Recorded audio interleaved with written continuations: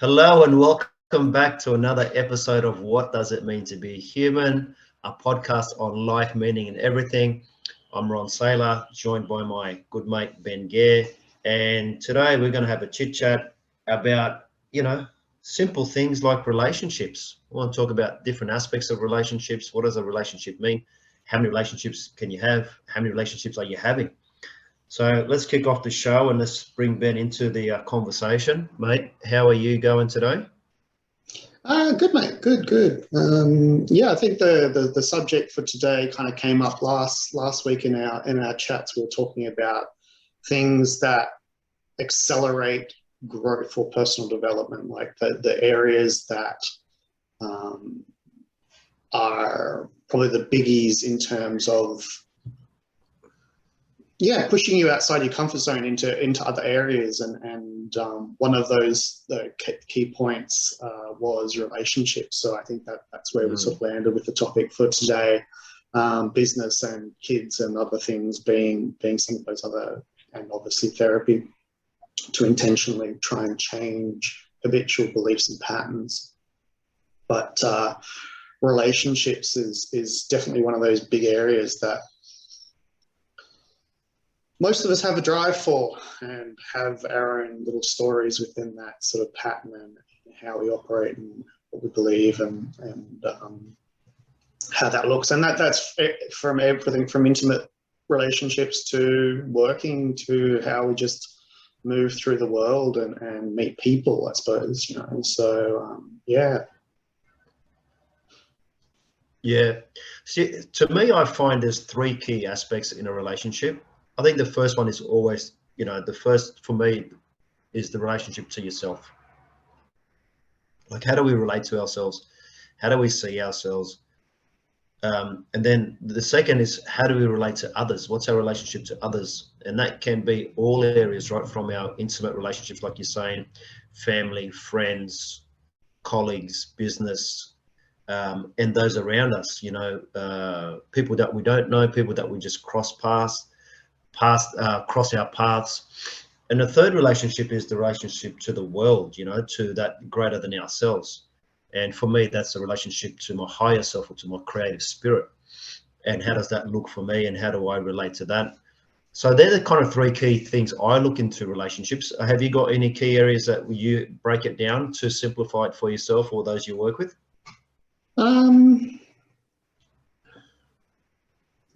Probably haven't really quite thought about it that definitively, but look, I mean, I suppose it really does start with your relationship to self, because once you are more aware of you, you're more authentic, and you know much more quickly where you are and what you want, so you're able to kind of define the spaces that you're in and how you're relating with people in any moment. So I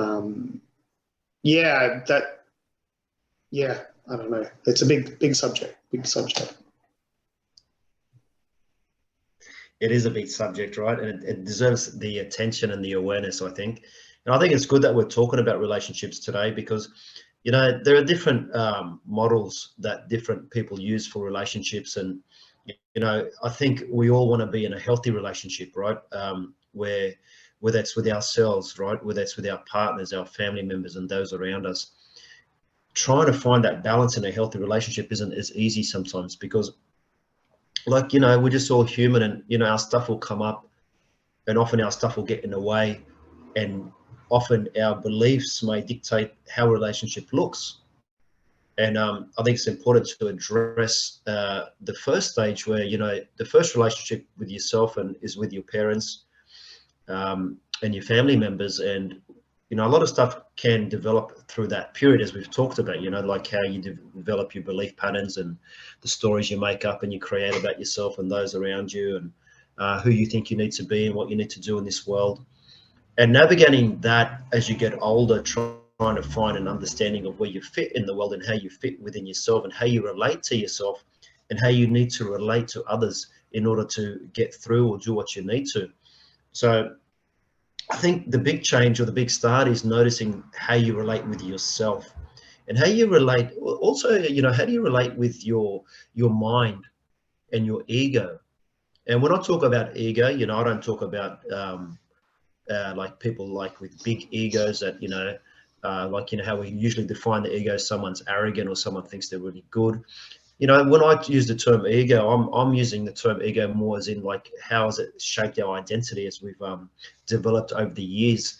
How has it given us an identity of where we stand? How do we navigate? Like the ego is, for me, something that keeps us safe in the sense that it shows us, it teaches us what we need to do to stay safe. And that may not always be in our best interests, but it's kind of what we've developed over the years to navigate our way through our ocean, right? Our orientation. So having that connection to yourself and that first initial relationship is powerful. And it takes work to find a place where you have some understanding and some awareness around that, so you can kind of start to look at, you know, what's happening in the background and how it's translating into the foreground. And we kind of like make that connection and draw that bridge between the unconscious into the conscious. And having that relationship gives you more power. And when you have more power, then you're more in a position to create what you want in life. And I think, to me, it always comes back to awareness, and having that healthy relationship takes time with yourself. And, you know, we kind of learn from a young age corrupted ways of relating to people. You know, it depends on where you come from, your background, your culture, and your parents, what they grew up with, what they know, what they were taught, and how they sort of dispense that information to you. And then we try to, like, you know, make sense of it and make it our information. Then as we get older, we start to like either question that information and want to find out what's real for us. And we start like exploring through curiosity. So relationship is huge. As you can see, it's a wealth, it's a vast of information that we kind of like are trying to navigate throughout our lives. And then there's the second stage where we start to relate to others as we get older. You know, we start to have a bit more consciousness as you know, those around us, and, you know, from our belief patterns that we've created, it's like, how do I need to be around this person? How do I work around authority, right? If someone's authoritative, how do I can't even say that word. Say the word for me, Ben. Authoritative. Thank you. ESL right here.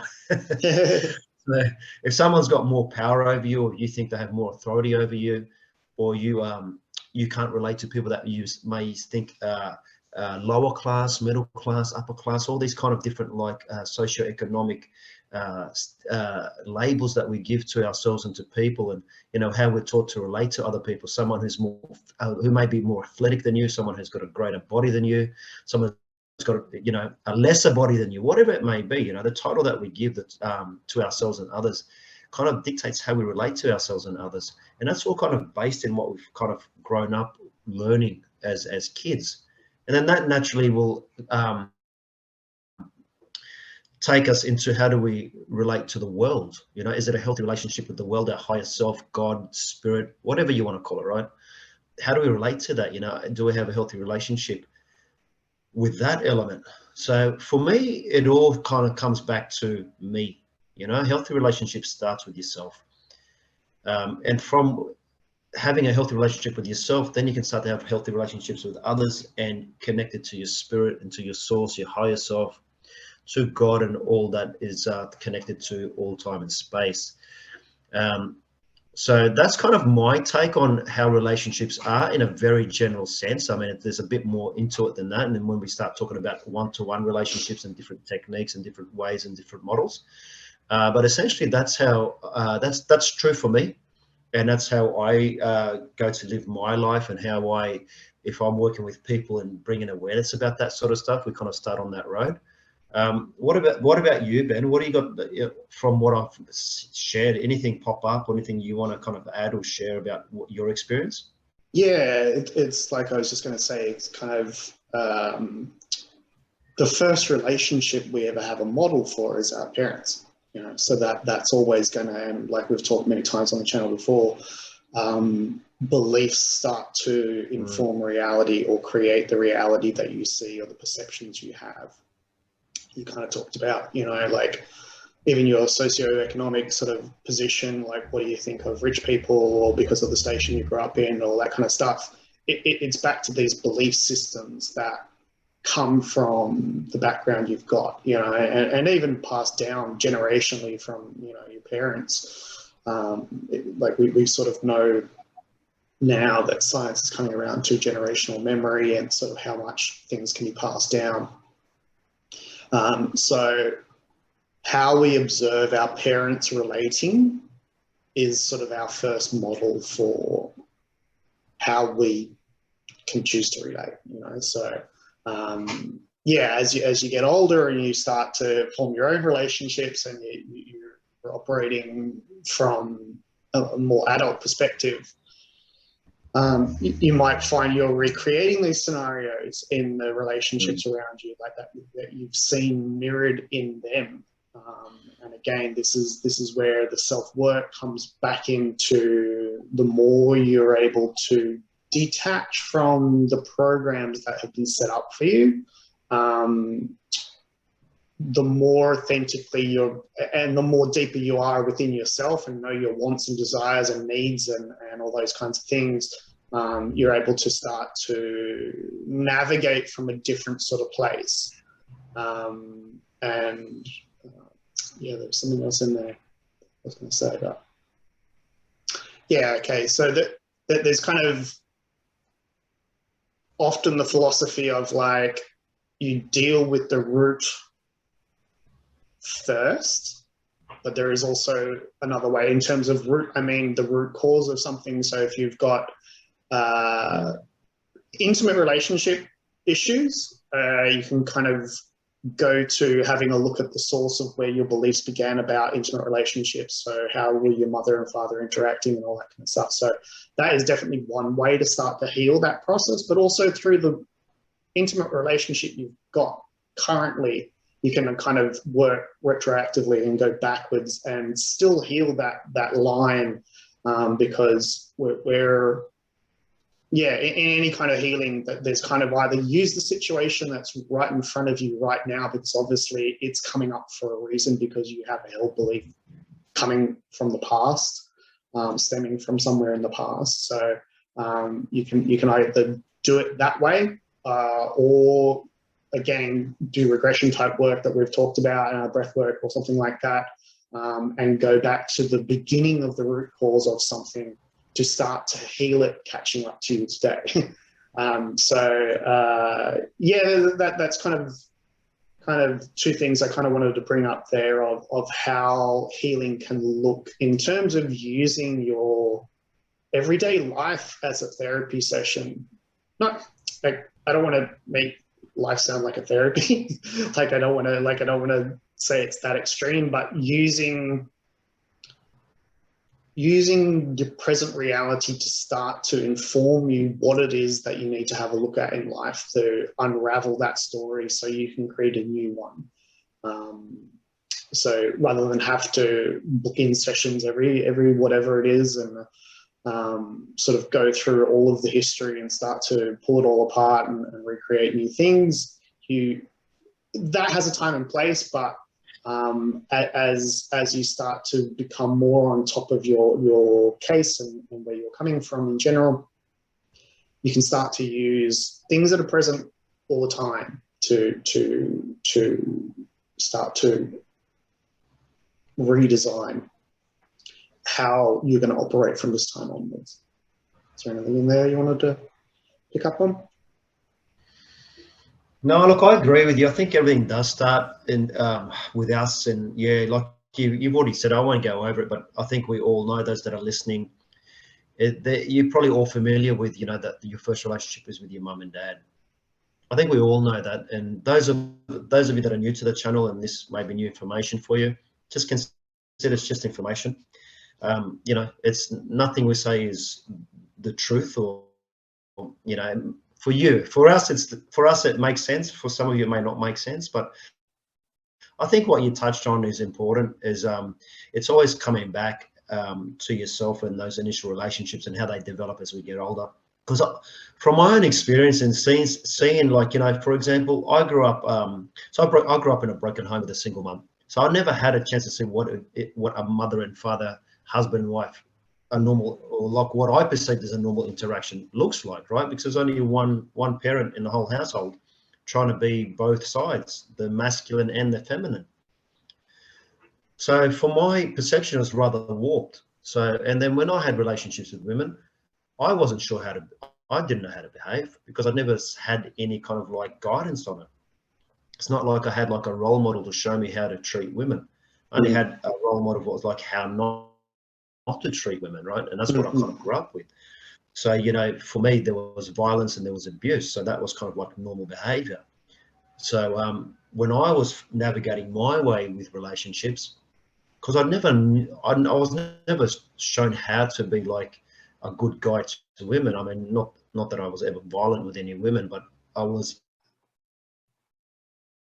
emotionally abusive, right? So I was always emotionally unavailable or emotionally uncommitted or not willing to give my all, right? So I was protecting myself, you know, that they were my mechanisms. I have to stay safe, you know, I've got to get out of this before I get hurt. How can I really be vulnerable in this relationship? Because when I look at vulnerability in relationships, it only causes pain. So they were my lessons, you know, they're the things I learned at a young age. And that kind of like formed the foundation for when I was in relationships. And, you know, it wasn't until I started doing some work onto myself,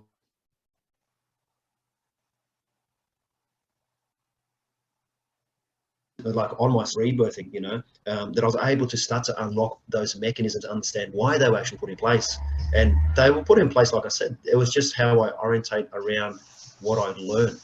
And it was like a safety thing. And it's just how I learned how to navigate around this sort of stuff. And so, you know, now that I understand there's different styles of relationships, and the first one begins with yourself. And, you know, it's like what we talked about last week briefly. You know, if you have two circles, and let's say this circle is a whole, this is one whole person here, right? And you've got another whole person here. These are two individuals that are whole, completely know who they are and just love themselves. And they just navigate through their own will, through their own creativity, their own purpose through their life, right? And they come together and they just meet because they know their boundaries. You know, they come and just meet the boundaries. I know, sunglasses. So they have boundaries where they meet and they don't cross their boundaries. They don't get enmeshed. They just meet as two individual powerful people. That's my vision for myself and my relationship with my wife. You know, that's what we try to do as best as we can. And yeah, I mean, look, we fuck up, we all do, right? But it's coming back to that place. It's coming back to this place here. So, because I know in relationships, what I've tried to do is I try to dominate my partner, right? So because, you know, to me, it's like, well, I know more, right? I'm the powerful one. I know more. This, you know, this is just that arrogance and that ego telling me I know all this sort of stuff. So I've been in a relationship where I dominate, and because the energy that I'm getting is, I need you to do all the work. So it's you can't just be like, as we all know, everything is two ways.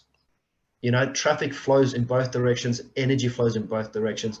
There's not always one person is the problem or responsible. It works two ways. So in relationships, it's much the same. You're gonna, if you're a dominating energy, you're naturally going to attract energy that's not so dominating, right? Because they either like to be dominated or they like someone who has a bit more authority, a bit more control, and they like to tell them what to do. It's not always the case, but, you know, sometimes it's just is that way. It's polarity. It's just kind of back to the things need to balance out, you know. Exactly. So right. you're unconsciously attracting or repelling things due to your own stuff. So yeah, so that's how we tend to navigate in the world, right? And then there's like those relationships where you're always trying to chase someone. I don't know, like they're just emotionally unavailable, period, right? They like dip one toe in and they just run off straight away. So you're not quite sure where they are, where you are. But again, that's just, what have you learned? What are you trying to get? Because a lot of the time our relationships are fairly dysfunctional, right? And a lot of the time I've attracted women that just kind of like mirror my dysfunction, or they mirror my wounds or my patterns. And I'm just trying to save them. They're trying to save me. We have this like codependent where we're like interlocked, enmeshed in each other and trying to save one another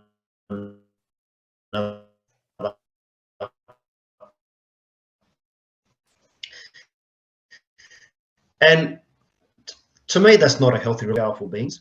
And what feeling or not getting enough attention, and then what am I doing in order to get it doing this? So I think the healthy relationship comes into understanding polarity, like you said, Ben, and then what steps do you take to kind of work with it and to facilitate it, to manage it, and then excuse me, of us, and we all do that, right, to some extent. Yeah, absolutely. Sorry, you broke up a little bit throughout there, so I don't know if there was a question or something, but yeah. Yeah, I think polarity is one of those things that's again a sort of big indicator of where you're at. So it's often like the story that if you're judging others because there's a part of you that doesn't feel integrated on that area or something like that. But yeah, polarity is one of those things that again can help show where you need more development or an area that you maybe want to focus on to help bring it into balance so that you're less reactive to the opposite. Because yeah, they're another way to see things constantly popping up in your reality that you maybe want to change, and it's just like, so okay, the pole is trying to